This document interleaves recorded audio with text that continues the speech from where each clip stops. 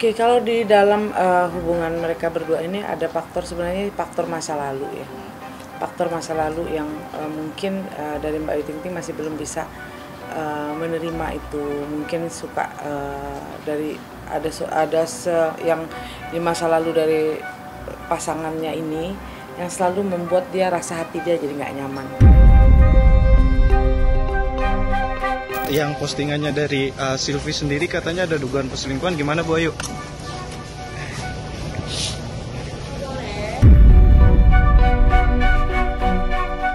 Memang ada hal-hal yang memang masih disembunyikan gitu loh, ditutup sama dia. Nggak perlu ada pertanyaan, misalnya, apakah masih ada yang disembunyikan? I think jawabannya udah pasti masih lah, orang nggak dia jawab alasannya.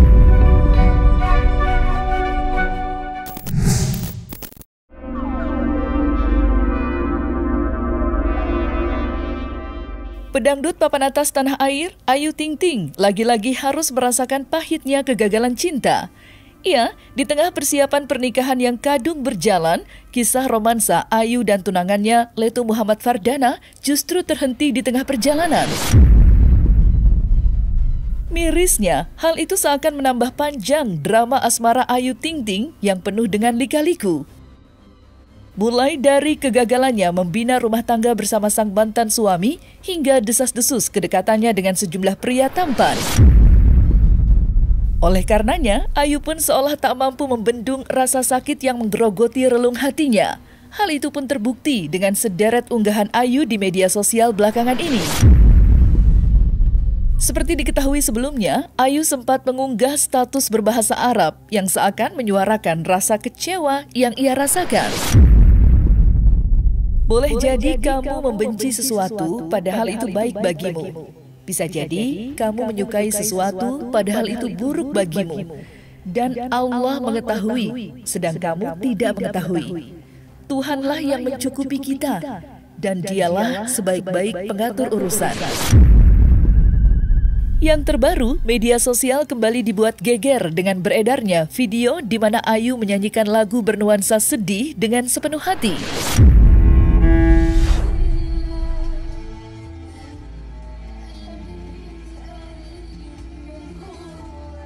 Memang ada hal-hal yang memang masih disembunyikan gitu loh, ditutup sama dia. Nggak perlu ada pertanyaan, misalnya, apakah masih ada yang disembunyikan? I think jawabannya udah pasti masih lah, orang nggak dia jawab alasannya. Buat saya, Ayu memang merasa dari apa yang ditampilkan dari ekspresinya, Ayu memang masih merasa sedih dan sakit.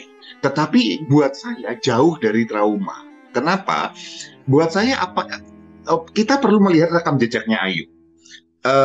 Kalau kita lihat polanya Ayu sebelum-sebelumnya, dia pernah beberapa kali menjalin hubungan nggak jadi. Itu bukan sebuah kondisi seseorang yang trauma gitu. Dia masih mau nyoba loh. Bahkan dia tidak layak disebut gagal. Orang gagal itu kalau misalnya dia mencoba melakukan sesuatu terus tidak berhasil, atau misalnya salah atau salah gitu, kemudian tidak mau nyoba lagi, baru disebut gagal. Ayu kan nyoba lagi. Jadi, satu, dia bukan gagal. Gagal itu hanya kalau kita salah atau kalah atau jatuh, terus nggak bangkit lagi atau nggak mau nyoba lagi dengan alasan macam-macam, baru bisa disebut gagal. Ayu enggak. Artinya dia bahkan tidak merasakan trauma yang membuat dia jadi nggak mau nyoba lagi. Itu sedih wajar, sakit wajar untuk sementara. Ya kita kan sebagai manusia cuma bisa berencana. Balik lagi semuanya, jodoh, maut, rezeki, udah diatur sama Allah. Saya sudah berencana yang baik, tapi kalau Allah belum mengizinkan, mungkin belum jadi yang terbaik buat saya, ya sudah, saya harus terima dong dengan lapang. Saya sebagai orang tua selalu berdoa, semoga lancar, semoga apapun yang namanya dengan anak kan. Nah ternyata, ya memang istilahnya, katakanlah kandas kan istilahnya, nggak jadi kan alisnya gitu. Tapi ini nggak masalah, saya memetik daripada hikmahnya. Mungkin saja doa-doa kami ini terkabul juga, karena yang namanya istilahnya nggak jadi ini belum tentu tidak baik, malah mungkin baik bagi si Ayu juga, baik juga bagi putra saya kan, dengan adanya nggak berlanjut ini kan. Nah itu kan karena di tangan Tuhan semua. Ya doain aja mudah-mudahan. Gue pengen orang ada yang bisa bahagiain Ayu Bilkis aja. Udah dah, nggak minta apa-apaan Ibu, yang penting tanggung jawab buat Ayu sama Bilkis sudah. Kalau Ibu sama Ayah udah cukup. Hadirnya satu persatu bukti yang mengindikasikan bahwa kondisi Ayu kini sedang dideru rasa sedih tentunya berbanding terbalik dengan apa yang ia tegaskan selama ini. Ia tiap kali ditemui awak media, pelantun lagu Alamat Palsu itu terus menekankan bahwa dirinya baik-baik saja. Dan ia pun selalu berkilah kalau keputusan untuk berpisah merupakan mutlak pilihannya dan Dana. Banyak masyarakat yang sudah bertanya-tanya dan teman-teman juga udah tanya juga kan. Jadi di sini saya bersedia untuk menyampaikan satu hal yang mungkin selama ini udah tunggu-tunggu juga. Jadi saya ingin memberitahukan bahwa pertunangan saya dengan Mas Dana sudah dinyatakan putus sejak tanggal 22 Juni. Itu diantara kami, dan tanggal 27 Juni kemarin hari Kamis itu diantara sama orang tua, alhamdulillah secara resmi. Mungkin emang ini udah yang terbaik gitu ya buat saya dan juga Bilkis. Jadi menurut saya karena Allah ngejaga saya dan juga Bilkis gitu ya, saking sayangnya Allah sama saya dan Bilkis, ya mungkin ini sudah jadi yang terbaik. Ini sudah jalannya Allah kasih. Ini saya percaya namanya qadarullah ya. Saya percaya qada dan qadar karena saya seorang muslim gitu ya. Saya tahu mungkin ini yang Allah kasih buat saya yang terbaik untuk saya dan juga Bilkis. Jadi ya harus kita Sementara itu, layaknya Ayu Ting Ting, sang adik perempuan pun ikut menyuarakan kekecewaannya di media sosial. Dan tidak tanggung-tanggung, dalam unggahannya itu, Syifa bahkan seolah menyentil soal perselingkuhan. Pada akhirnya, kesetiaan itu bukan karakter, melainkan pilihan. Kamu bisa selingkuh jika kamu mau, tapi kamu bisa setia jika kamu memilih untuk melakukannya. Percayalah, gak ada pasangan yang sempurna. Bahkan jika kamu ganti dengan yang lebih baik, kamu akan menemukan kekurangan juga. Tak berhenti sampai di situ, asisten Ayu Ting Ting pun ikut menyuarakan keluh kesahnya di media sosial. Seperti diketahui, sebagai tangan kanan Ayu, ia digadang-gadang tahu apa yang sebenarnya terjadi di dalam kehidupan pribadi Ayu Ting Ting. Dan, seperti Syifa, ia pun ikut meluapkan kekecewaannya. Lain kali kalau mau berdrama atau main-main, lihat dulu orangnya. Giliran dibalas merasa yang paling tersakiti. Miris ya, pelaku ngaku korban. Hebat dan keren playing victimnya. Lantas mungkinkah kisah asmara yang dijalin oleh Ayu dan Letu Muhammad Fardana harus kandas karena kemunculan sosok orang ketiga? Yang postingannya dari Sylvie sendiri katanya ada dugaan perselingkuhan, gimana Bu Ayu? Kalau misalnya yang bisa mungkin aku kasih sedikit statement adalah bahwa Teh Ayu, Teh aku orang baik, orang yang tulus, orang yang penyayang, orang yang sayang sama keluarganya. Jadi yang pasti orang baik ketemu sama jodoh yang baik. Kalau belum ketemu jodohnya, berarti itu tidak baik. Tanggapannya soal Ayu Ting Ting dong Kak, yang katanya putus dari tunangannya. Yang namanya hubungan itu pasti ada putusnya atau ada awetnya. Kalau nggak jadi, tapi kebetulan sih gue udah WhatsAppan sama Ayu Ting Ting sih. Tadi pagi gue WhatsAppan sama dia. Ya memang sudah yang terbaik ya begitu. Tadi pagi gue WhatsAppan sama dia. Yang jelas bukan salahnya Ayu Ting Ting aja, titik. Aduh, enggak deh, itu mah gosip. Nah, masalah hubungan kami ya tetap baik. Karena itu kan namanya perjodohan itu kan hubungan manusia dengan Tuhan yang nentuin. Nah kita mau apa, mau takdir kan. Cuman kedepannya kami tetap berhubungan baik. Jangan sampai ya itulah kalau dengan manusia itu kita wajar harus baik. Nggak bisa kita namanya sosial manusia kan harus baik dengan siapapun. Jadi di mana memang ada hal yang sangat prinsip sekali buat saya yang tidak bisa kami jembatani lagi satu sama lain. Jadi cukup saya, Allah, teman-teman saya, keluarga yang tahu. Biarkan ini menjadi hal yang prinsip. Mirisnya, isu orang ketiga bukanlah satu-satunya isu miring yang berkembang liar di masyarakat terkait kandasnya hubungan Ayu dan Dana. Pasalnya, sempat pula terdengar kabar burung bahwa faktor ekonomi merupakan persoalan terbesar yang mereka hadapi. Sebagaimana diketahui, Ayu Ting Ting merupakan pedangdut populer di Indonesia. Hari-harinya pun terus-menerus dipenuhi dengan sederet job. Untungnya, kabar itu telah dibantah mentah-mentah oleh Ayu kala ia mengklarifikasi soal hubungannya dengan sang tunangan. Karena bagi Ayu, ia dan Dana telah sepenuhnya menerima satu sama lain. Iya dong, saya tidak mungkin mengambil langkah sejauh ini. Oke, mungkin kedua keluarga sendiri. Udah bukan waktunya main-main juga gitu. Dan banyak juga yang bilang karena masalah ekonomi dan lain-lain. Ini saya tegaskan sekali lagi gitu ya. Maksudnya kalau dari masalah ekonomi saya nggak mungkin sampai sejauh ini kalau memang cuma karena masalah ekonomi gitu. Jadi dari awal pun sudah terima gitu. Saya bukan tipe orang yang sampai yang dulu-dulu juga kan bilang masalah mahar dan lain-lain gitu. Yang tahu saya dan keluarga saya bukan tipe orang yang seperti itu. Saya juga menegaskan di sini bahwa ini tidak ada campur tangan dari orang tua saya sedikit pun, karena memang saya membuat keputusan ini ketika kedua orang tua saya masih melaksanakan ibadah haji dan mereka masih ada di Mekah gitu. Jadi ya walaupun misalnya orang tua saya ikut campur kan memang masalahnya apa, karena dimanapun saya masih menjadi haknya mereka. Orang tua saya, ayah saya belum mengucapkan ijab atau menyerahkan saya kepada orang lain gitu. Jadi saya masih menjadi hak orang tua saya. Tapi begitu berjalannya waktu, perubahan kan tuh pasti terjadi. Yang laki kemudian punya jabatan tertentu, yang perempuan punya sesuatu, sehingga mereka kemudian bisa saja tidak memiliki visi dan misi yang sama lagi. Pekerjaan itu dua pekerjaan yang berbeda, yang perempuan maupun yang laki.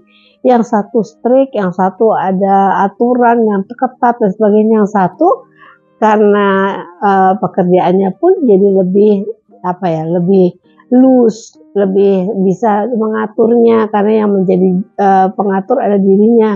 Nah, itu akan terjadi banyak benturan.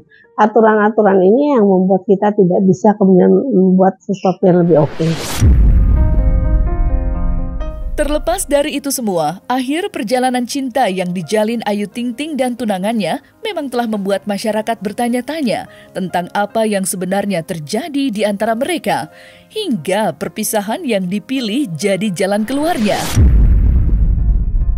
Terlebih lagi, baik pihak Ayu maupun keluarga Dana hanya membocorkan kalau perpisahan itu didasari dengan perbedaan prinsip antara mereka. Lantas, seperti apa penerawangan Nyai Dewi Rantian tentang permasalahan Ayu dan Dana sehingga harus berpisah? Dan membuat kedua belah pihak diduga terlibat aksi saling sindir di media sosial. Oke, kalau di dalam hubungan mereka berdua ini ada faktor masa lalu ya. Faktor masa lalu yang mungkin dari Mbak Ayu Ting Ting masih belum bisa menerima itu. Mungkin suka dari yang di masa lalu dari pasangannya ini yang selalu membuat dia rasa hati dia jadi nggak nyaman kayak gitu. Oke, kalau dibilang agak parah membatalkan ini kan sebenarnya dari pihak dari perempuannya, karena merasa kayaknya kalau saya menjalani hubungan ini kalau seperti ini kayaknya nggak cocok kayak gitu loh, kayaknya rasanya nggak nyaman, lebih bagus daripada saya menjalani suatu hubungan di suatu saatnya akan ada perpisahan, lebih baik mulai dari sekarang saya mundur. Itu dari pemikiran dari Mbak Ayu Ting Ting itu yang saya lihat. Oke, kalau dari pihak keluarga Ayu sedikit banyak kan karena namanya orang tua melihat mungkin ada mungkin dari Mbak Ayu menceritakan sesuatu hal yang membuat orang tua merasa kurang nyaman, mungkin orang tua merasa lebih bagus mengambil keputusan. Jadi saran saya sih, pendapat saya yang saya terawang juga kayaknya orang tua memang ada ikut campur, tapi melihat takutnya nanti suatu kejadian di saat mereka menjalani pernikahan ternyata nanti ada kegagalan di belakangnya, itu yang dipikirkan oleh orang tua. Ya, banyak juga yang mau netizen kan kalau mohon maaf keluarga Ayu ini katanya lebih melihat faktor ekonominya. Apakah benar nggak sih untuk mencari menantu? Oke, kalau dibilang dari faktor ekonomi sih ya pasti semua orang ya pasti melihat seperti itu. Apalagi kan melihat anaknya kan mungkin lebih hidup, lebih mapan kan seperti itu. Jadi semua orang tua pasti mencari pasangan anaknya itu yang lebih baik kan seperti itu, yang kira-kira tidak menambah beban untuk anak, kan semua orang tua seperti itu. Oke, kalau melihat dari unsur ya air ketemu air, orang air ketemu air nih biasanya tuh keras sama keras, punya prinsip masing-masing, egonya sangat kuat. Jadi jawaban saya ya kalau dibilang dua-duanya nih bisa bersatu, semua orang tuh pasti bisa bersatu. Walaupun kata orang ciong, walaupun tidak cocok, pasti semua kan jodoh tuh kan ketentuan Tuhan.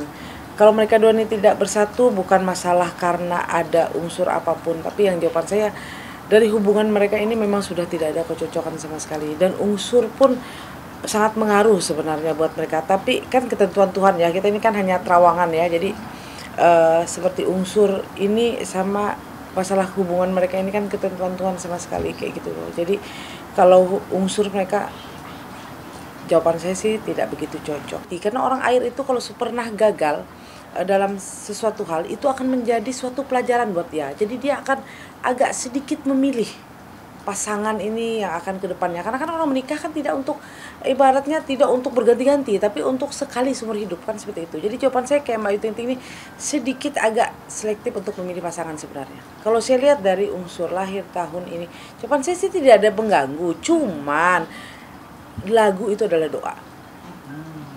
Ya. Pernah sesuatu hal banyak yang terjadi, artis-artis penyanyi yang mereka lakukan, menyanyikan lagu itu akan dijalani oleh kehidupan mereka sendiri. Hampir banyak yang seperti itu. Kenapa?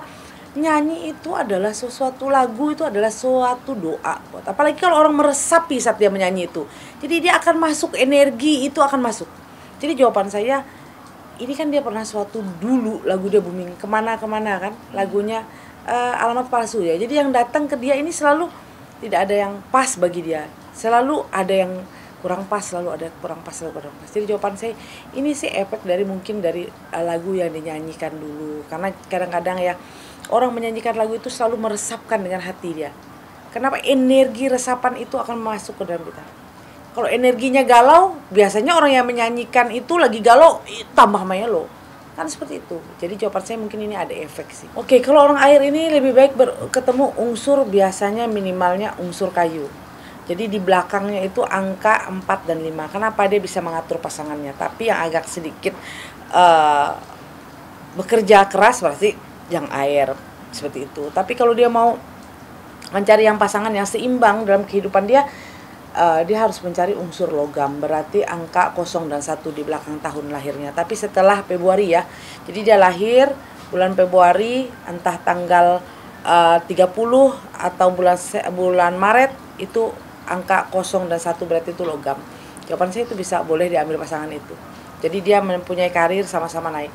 Tapi kalau dia mendapat pasangan yang angka 4 dengan 5, itu yang akan melihat, akan menonjol nanti itu Ayu Ting Ting. Kan seperti itu, karirnya juga akan naik.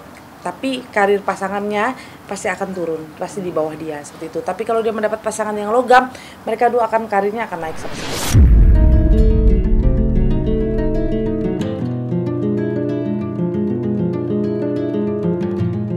Nah, selesai sudah Cumi Lovers. Saksikan terus Cumi Camp In-Depth, kabar lengkap, mendalam, dan akurat dari narasumber terpercaya. Dan jangan lupa untuk like, subscribe, dan juga share channel YouTube Cumi Cumi.